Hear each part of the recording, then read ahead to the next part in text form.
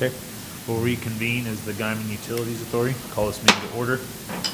Item 2, approve the minutes of the special meeting of July 14th, 2020. Make a motion, we approve the minutes, 7/14/20, item 2. A second. Have a motion and a second. Peterson. Aye. Alvedras. Aye. Edgar. Aye. Swager. Aye. Livengood. Aye. We've got 5 ayes. Item 3, discussion and possible action on the City of Guymon pursuing an automated meter reading project. This is listed as discussion and action, but I anticipated that it's going to mostly be discussion.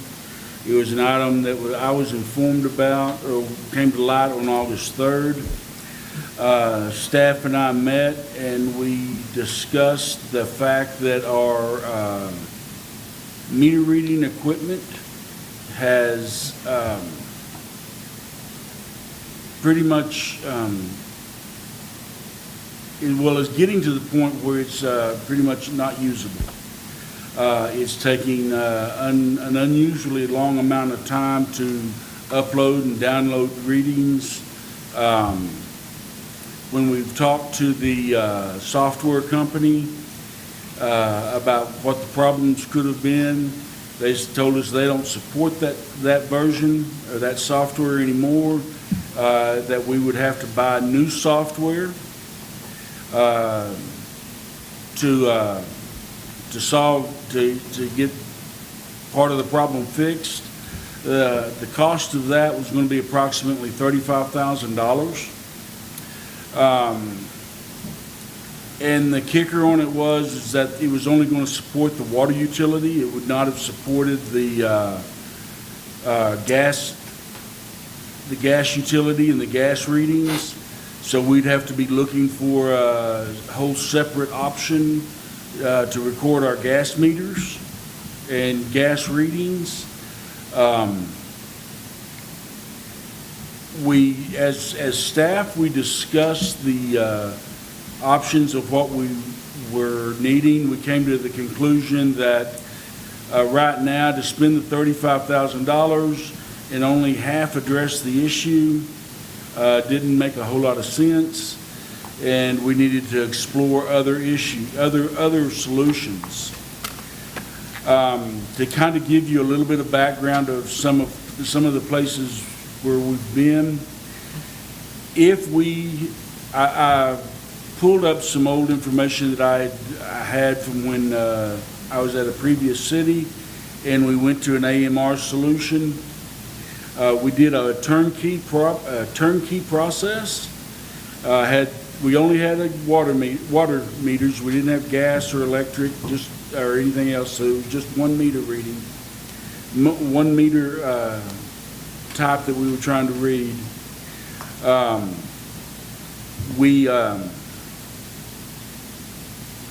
I looked at how much it cost then, kind of made some assumptions about an inflation rate and what it might cost to do a turnkey project here for the cost of meters and the cost of installation. We would be looking more than likely somewhere in the neighborhood of $1.9 to $2.4 million for a turnkey solution. There are other ways we can go about doing this, as far as buying a few meters here every year and be on a 5-year plan to replace the meters and try to do it within our cash flow.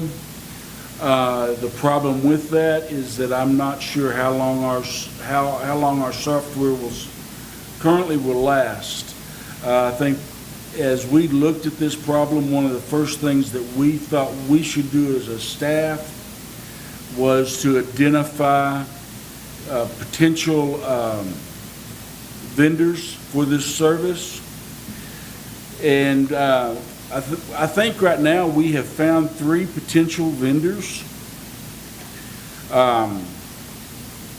We still have to determine whether or not we try to do it turnkey, or whether or not it would be possible to phase in the meters over time.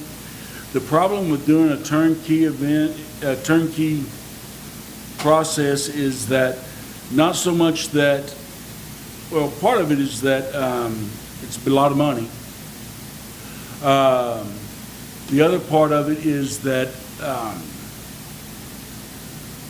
in 15 or 20 years from the time we install this, we're going to be looking at having to replace all of those meters again. Be kind of like having one, buying 3 cars and having them all go down at the same time.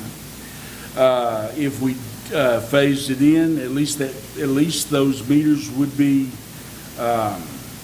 coming up for replacement in increments and not 4,000 meters at once. I believe the number of meters we have is about 4,000. There are several financing options that could go along with this. Again, if we phase them in over time, we could work it into our budget and work it into our cash flow, and do what we could. If we did a turnkey process, I would probably work with our auditors, or I would need to work with our auditors and our financial consultant to determine the best way for us to address those meters and how to get that money to get it installed. I know right now, I shouldn't say right now, as of July 24th, if we were to do a loan and go through the OWRB Clean Water Fund, that loan would, for 5 years, that loan would be about 0.91% interest. We could lock in a rate right now by getting our application submitted, but I really don't think we're at that point. I think we're at a point of trying to identify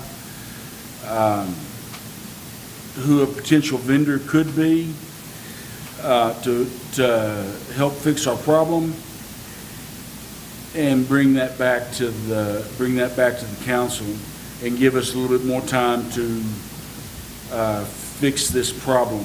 This isn't going to be a problem we're going to fix this budget year. It'll be part of next year's budget processing and budget planning, and one of the big areas that we'll have to address next budget year. I think that we're going to be able to limp along right now, or at least I feel like right now today, we're going to be able to limp along until the end of the budget year to replace this equipment.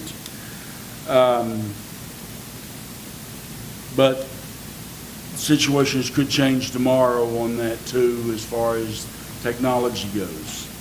It may just decide to crater out with our next read cycle. I don't think we're going to see a huge interest. I'm pretty sure, other than maybe a couple basis points change, we won't see an interest rate hike. No, I didn't think we would either, really, at this time. It'll give us time and if we take our time and identify a vendor, we can still talk about alternate funding sources and things like that. I have checked, at least through the Oklahoma Water Resources Board, there are no grants available right now for meter reading. The best that we could probably do is a low-interest loan. So that kind of gets us back to, if we could do it over time, that would be a good solution if the software supported us doing handheld readings in the interim. But we haven't got far enough to determine whether or not the software's a vendor out there that would support even the handheld, a handheld type of a reading the way we've been doing it.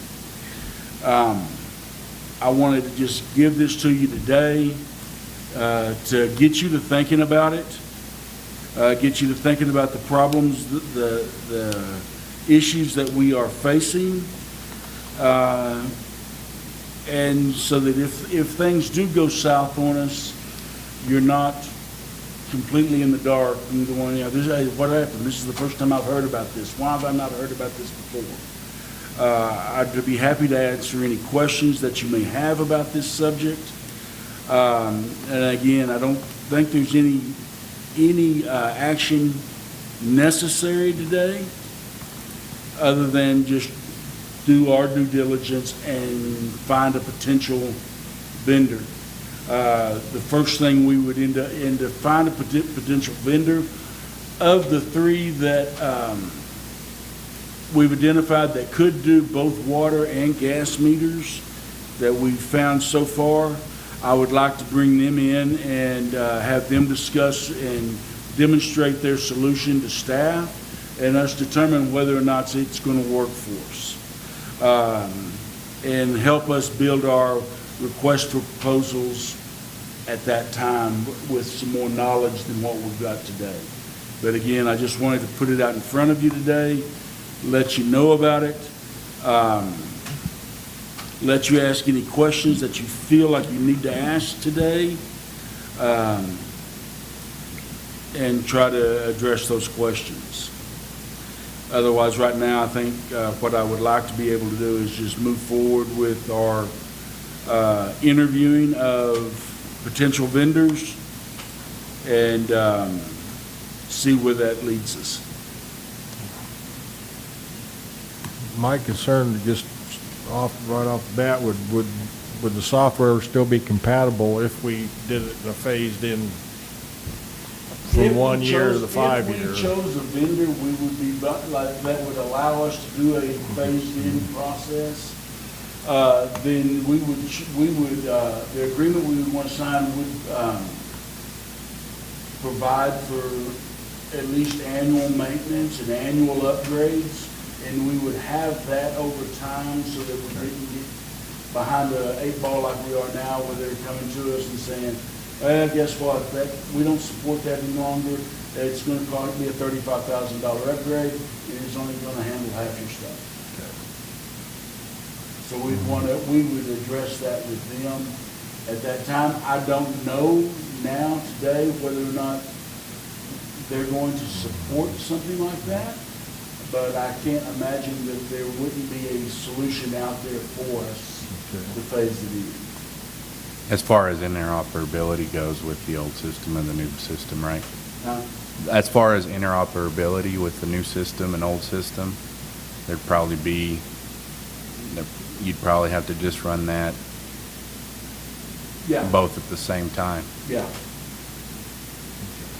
And hopefully what we do, and the way it works right now is our meter readers walk our routes, read the meter, punch in their meter reading into a handheld device.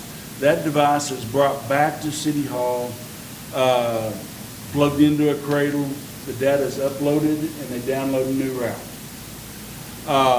I would hope that we could find a software vendor that would support both a drive-by type of a solution where for part of the route we drive that route and read those meters, and then for part of the route part of the books we have to walk them and hand key in the numbers. Going to a drive-by, at least the drive-by solution eliminates a lot of the errors that we could have as far as transposing numbers, reading something that's a 9 and say it's a 6, really a 6, and doing some things like that. Just some of those. That's just some of the manual errors that will occur during a handheld reading. Also the nice thing about going to a automated meter reading type of a solution is that when that register is installed, it gives us a lot more data to help determine what a customer's problem could be. It doesn't just read once a month like we read now. It reads every 15 minutes. And if there's a problem with that meter and the customer feels as if there is an issue with the reading, we can go out there and poll that meter and get 90 days worth of meter readings at every 15 minutes and bring that back. And, you know, we can help the customer determine whether or not they've got a leak in there for water, got a leak in their house, or something that they just can't see. Because it'll show, a leak will show, it'll show up. And some of the ways we've been able to do that, you know, in the city that I was in, that went to AMR, we had customers come in and go, my bill's never been this high. I've had a plumber come out, I've looked at my house, there's not a leak in my house. We've said, the toilet's not running, nothing, there's not drip, no. And we'd go pull the meter, we'd bring it back, we come up, okay, you say you don't have a leak, but you're using you're using 200 gallons an hour at 2 o'clock in the morning. Now there's legitimate reasons for that, but is that really what's happening? So we can, and it gives us a lot of data.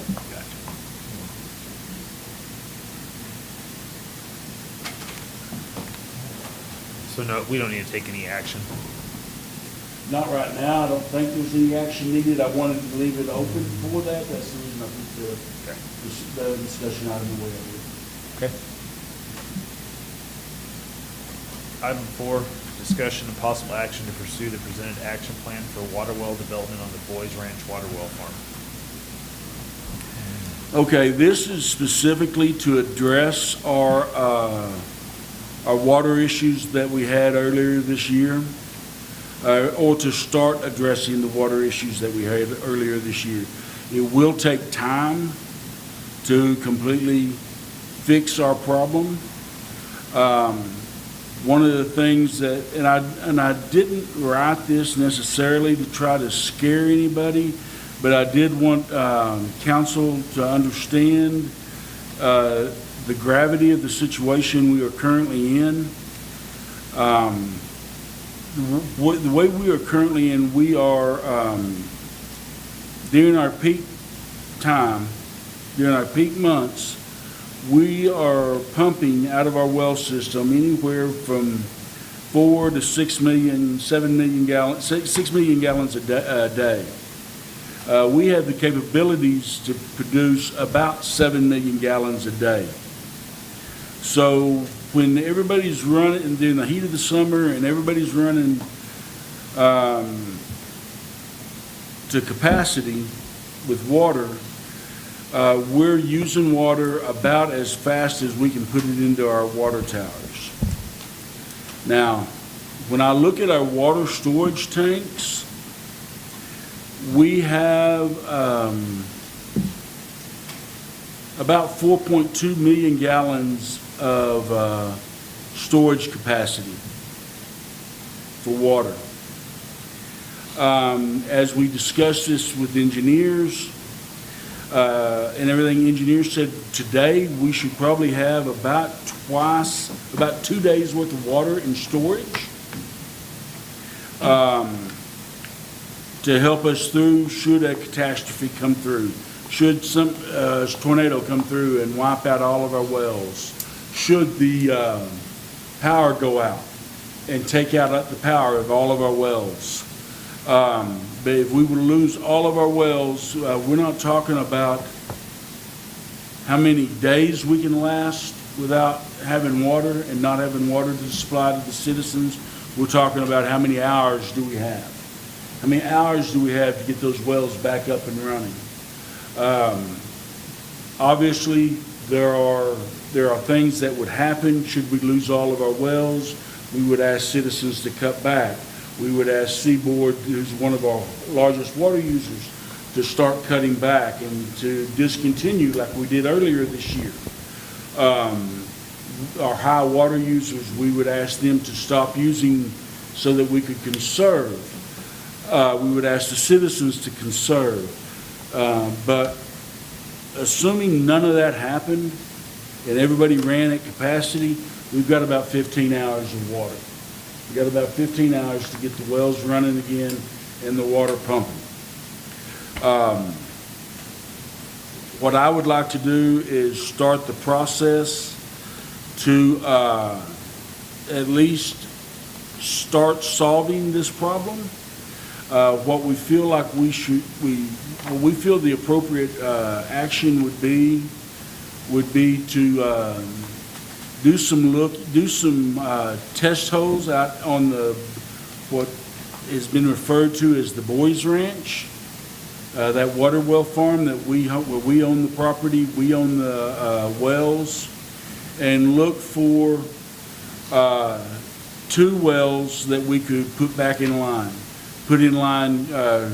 quickly, and put in an additional about an additional 1.2 million gallons worth of storage.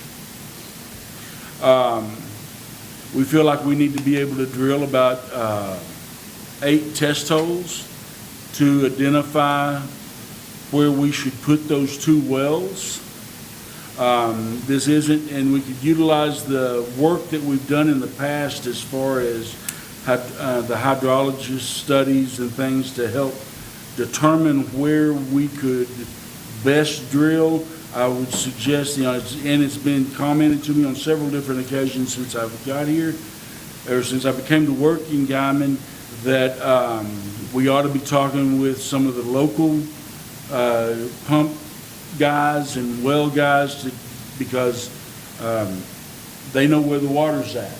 So we would, start discussions with them, identify the 8 places we want to go in and drill test holes, and find the best place for us to drill two holes. At the Boys Ranch, on the northern section of it, we already have a 12-inch distribution line that could be tied into pretty easily. And that was one of the reasons that we are discussing going into that section of in that area of that farm or that property to look for the holes, the wells that we want to drill. If we could get these 2 wells on service, up and in service, that would provide us with a little bit of relief. We would then be able to start taking wells offline and doing maintenance and doing repairs on them of our existing wells, and then putting them back in service at a higher capacity, a higher efficiency. We could start looking at what it would take to get our storage capacity up to the 2 days worth of storage at 10 or 12 years from now. I think that would be the time frame we would be looking at having 2 days worth of storage. This won't be something we fix overnight. We didn't get here overnight, and we won't fix it that way. It'll take 10 to 15 years to totally solve this problem, in my opinion, right now. Can I recommend like we do 3D seismic? They're doing that on water wells now. I know they're doing a bunch over at Hardesty because they have trouble finding water. I don't think there's much water out on the Boys Ranch. If you drill 2 wells making 600 gallons a day, that's 1,200 gallons roughly. That's going to be 438-ish gallons a year. That's not doing us much good. Right. So I struggle with the boy, and I'm not trying to be adversarial. Right. And you know my position on this. I really struggle with the Boys Ranch situation. I don't think the water's there on the side we own that needs to be there. We can do that. The cost on that is going to be about $165,000 in addition to what we're talking about. And it's going to cost us $100,000 to drill 1 well, right? It's going to cost us about, to drill 1 well, about $50,000. It's about $100,000 to do 2, is what our estimates are. It'll cost us about $80,000 to do the 8 test holes to decide where to go and do the 2 wells. It'll cost us about $165,000 to do the work, do the seismic work that you're talking about, to identify whether or not we should spend the $80,000 worth of test holes, because we'll still have that to do. I think before And we get were in. we were just looking at the cost of it, Yeah. and how could we maybe capitalize on some of the work we've done in the past, and not spend that much money. Yeah, I think we're gonna drill way more than 8 test holes to get where we wanna be, and it would be a more frugal attempt to get seismic and know where we're at. I realize it's more expensive, but I mean, we can chase test holes for days if you've ever done farming. Yeah. And I'm afraid we're gonna get into that out there. Okay. But, I mean, I would talk to those Mitch Malco, Mike, like you said, Yeah. that's for sure And I don't have a problem with that at all. That was an option we looked at. It was just an option we chose not to present here tonight, because we felt like, we and the engineers felt as if we could save that 165. where are they from? Engineers, it's Cardinal Engineering out of Woodward. They're the ones that did it. There's a lot Did the more last water in Woodward. Huh? There's a lot more water in Woodward. Yeah. I think you're really gonna find a problem. I mean, we've really pulled things down in this area. And I understand that, yeah. and we were just looking at, I mean, and I don't have a problem at all with doing the seismic work. Yeah. It'll just end up costing us a little bit more money. I do think we need to do something, though. And hopefully, and what I wanted to be able to do was to get your feelings like this on the plan of action that we should take, and start on that plan of action now, because I would like to have us in a position where we can, going into the budget year next year, we know we're able to drill, where we're able to drill, and do some of that pre-work that we've got to do now over the next 4 months, before we get to the point of trying to actually drill a well and build the storage tank and doing that. So there is some action on this item that I would like to have. And if the board, and if the council feels that it's the best thing would be to put that, do that seismic work, I've got no issue with that. And I'm happy to make those arrangements. I personally would like to recommend we talk to Mike Ritter and Mitch Malco before we pursue anything. I've had conversations with Mike Ritter and Bud Ritter, and they don't feel the water's out there on the Boys Ranch stuff. And they're working on those windmills along there every day. But that's not to say it's not at, 300 or 400 foot. The windmills are running 60 to 100. So Yeah. I understand that also. But there's a lot of domestic wells along there too that they work on. Mitch Malco is hitting all the irrigation wells, so he knows where the big ones are. The advantage I do see to the seismic is if we do hit a big pull, maybe we can up that horsepower and pull, right, if we got it right, maybe more volume. Too, I just think we need to, rather than, and Joe Don, no offense to you, but I think I'm not taking any of I've seen the test hole, we have drilled test holes till hell froze over and not found a thing out here, so. Yeah. I think we all of us know those farmers that have done that. Those aren't cheap. Yeah, I obviously haven't been here long enough to know the area that well, so I'm relying on y'all. I'm taking no offense to this. When we would be shooting for something that had, the well capacity that I would be looking for would be for us to be getting something that is somewhere in the neighborhood of,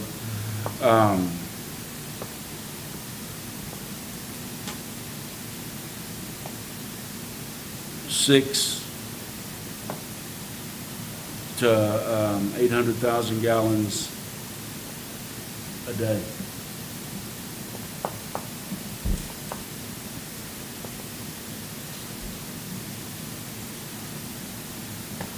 So are you wanting us to approve going forward with As With we've more discussed planning here, as we've discussed here, if you would like to, I would like for you to approve me to, at a minimum, start the work on doing the test holes, but if we want to go into the seismic, study and look at that route after we visited with the repair guy, the well guys that we've got here in town,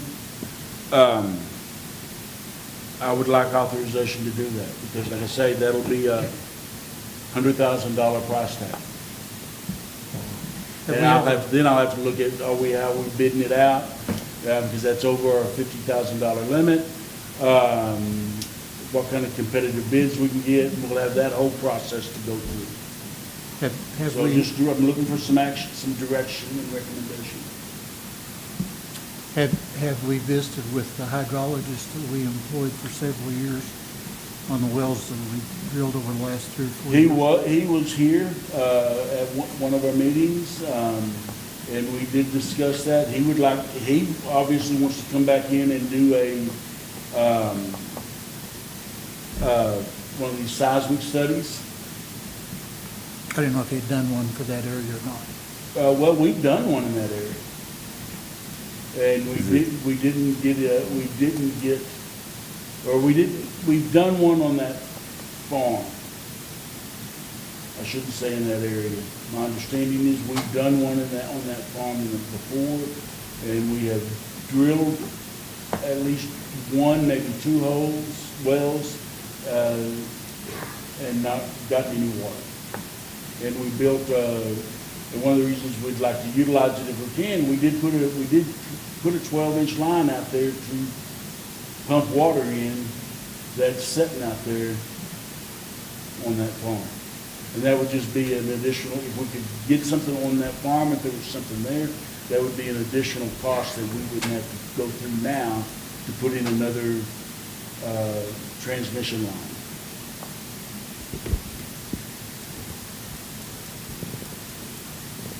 But they would like to come in and do the hydrologist, the seismic study, but then again, Yeah. they're in that business. How long ago was that one done?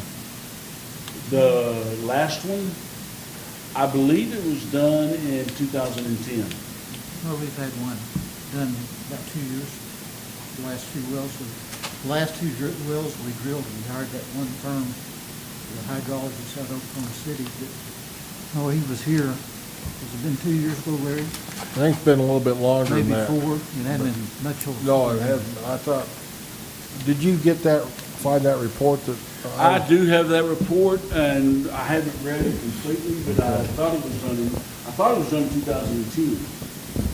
I think that's when we started the process of doing that, but I actually think it was right around 2015, or 2016, when they started doing the. I don't think we hired him until 2014 or something Yeah. like that. Okay. That's why I'm over now. But I would, irregardless, if we did not use the well field, or do a hydrologist, we would use the information that's in that report to help identify where we would want to try to drill our testing. Okay. Yeah, I mean, I mean, I do think we need to talk to those guys, but if we already have that information. Yeah. Move on.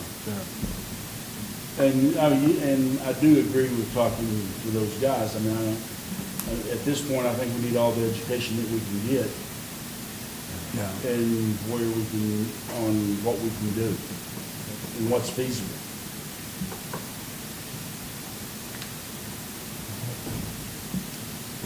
So I guess we can start by having a conversation with our local guys and first. Okay. Well, I will do that, and then if there's a reason to, I may ask you to come back, I may come back and ask for a special meeting to take some action. Okay. After those discussions, but I'll start having those discussions immediately. Okay. Item 5, we'll stand adjourned as the Guymon Utilities Authority. Airport.